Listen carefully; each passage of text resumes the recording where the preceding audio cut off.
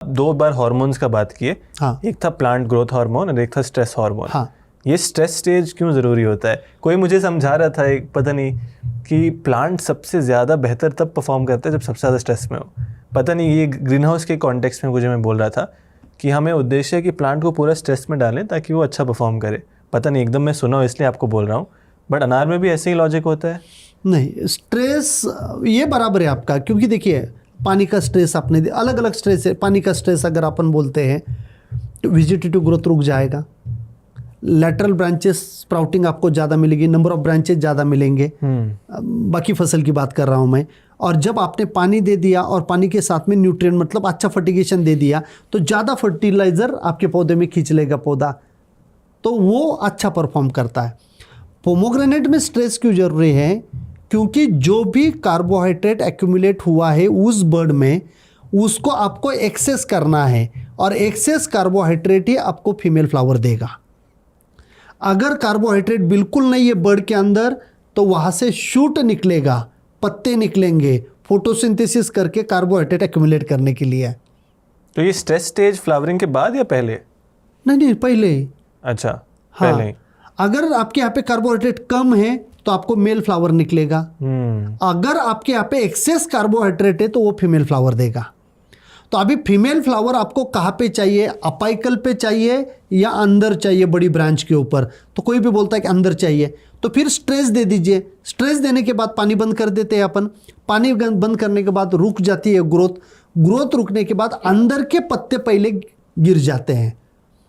60-70% पत्ते अगर अंदर के गिर गए तो आप प्रूनिंग करवा के पानी चालू कर दीजिए, आपको बहुत अच्छी फीमेल फ्लावर अंदर आएगी नए पत्तों के साथ में। तो ये फीमेल फ्लावर सेटिंग से पहले ही स्ट्रेस किया जाता है? स्ट्रेस पहले करने का, हाँ। फिर प्रूनिंग करने का, फिर पहला पानी देने का, और जो पत्ता वहाँ से गिरा है उसी बर्ड से आपको स्प्राउटिंग आएगा और वहाँ से आपको फीमेल फ्लावर निकलेगा।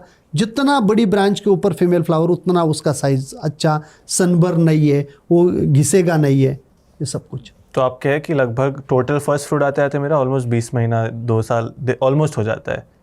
फर्स्ट फ्रूट मेरे आने में कितना टाइम लगता है? हाथ में आएगा आपका 26th-27th मंथ।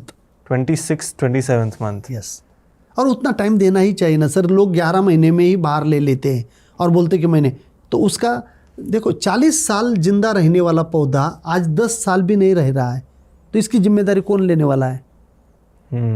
आज भी अगर आप इंडिया से बाहर जाओगे मिनिमम 3.5 साल वो उसका अच्छा डेवलपमेंट कर लेते हैं। 2 बार उसको स्ट्रेस दे देते हैं अननेसेसरी, मतलब फ्रूटिंग के लिए नहीं, उसको एक हैबिट होना चाहिए, इसके लिए उसको स्ट्रेस दे देते हैं।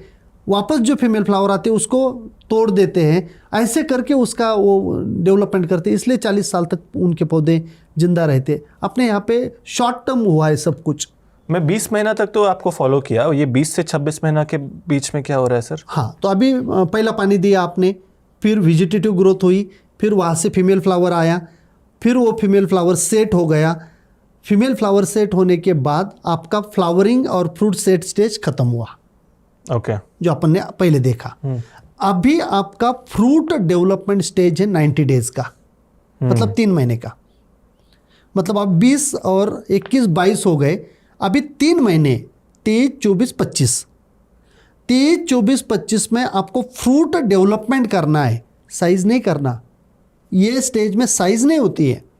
जितना भी पोलन ट्यूब अंदर गया है, जितने भी दाने अंदर बने हुए हैं, ये सभी दानों का सीड बनेगा, उसके ऊपर जूस सैक बनेगी, उसका पूरा स्ट्रक्चर बनेगा, वो दाने का स्ट्रक्चर। फिर ऊपर का जो भी छिलका है स्किन उसका, वो मोटा बनेगा। उसके लिए अच्छा फर्टिगेशन चाहिए। उसके लिए अगर बहुत ज़्यादा सनलाइट है तो आपको क्रॉप कवर डालना पड़ेगा। एक कपड़ा आता है, वो कपड़े से ढकना पड़ेगा सेटिंग के टाइम। हाँ, सेटिंग कंप्लीट होने के बाद। कभी भी ये गलती नहीं करना, जब तक आपका फल ग्रीन फ्रूट स्टेज में नहीं जाता तब तक कवर नहीं करना, आगे बॉईल हो जाता है।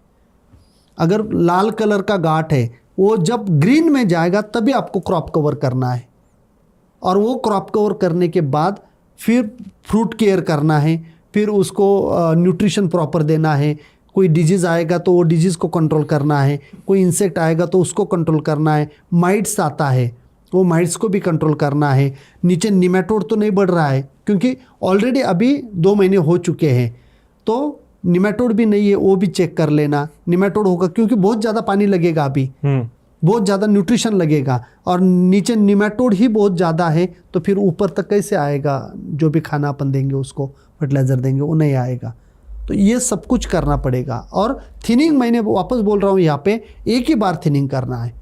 और जो भी फल है अभी ऐसा है, अभी थोड़ा थोड़ा बढ़ेगा, तो उसके बाजू में कांटा तो होगा ही, अनार में कांटे होते, तो जाके वो कांटा कट करना। नहीं तो फल बढ़ रहा है और कांटा उसके अंदर चला गया, तो जैसे कांटा अंदर चला जाएगा वो रिजेक्टेड फ्रूट, वहाँ से फंगल इन्फेक्शन होगा, वहाँ से बैक्टीरियल इन्फेक्शन होगा, और वो आपका मार्केट तक नहीं जाएगा। इतना अच्छा अंदर फ्रूट सेट करने के बाद भी ये तकलीफ होती है, तो कांटा निकालना पड़ता है एक बार ये स्टेज में। इसे फ्रूट डेवलपमेंट स्टेज बोलते हैं। बहुत सारे छोटे छोटे चीज़ ध्यान में रखने होते हैं सर। हाँ, देखिए ना सर, अनार का जैसा पैसा दूसरे कोई क्रॉप में है क्या?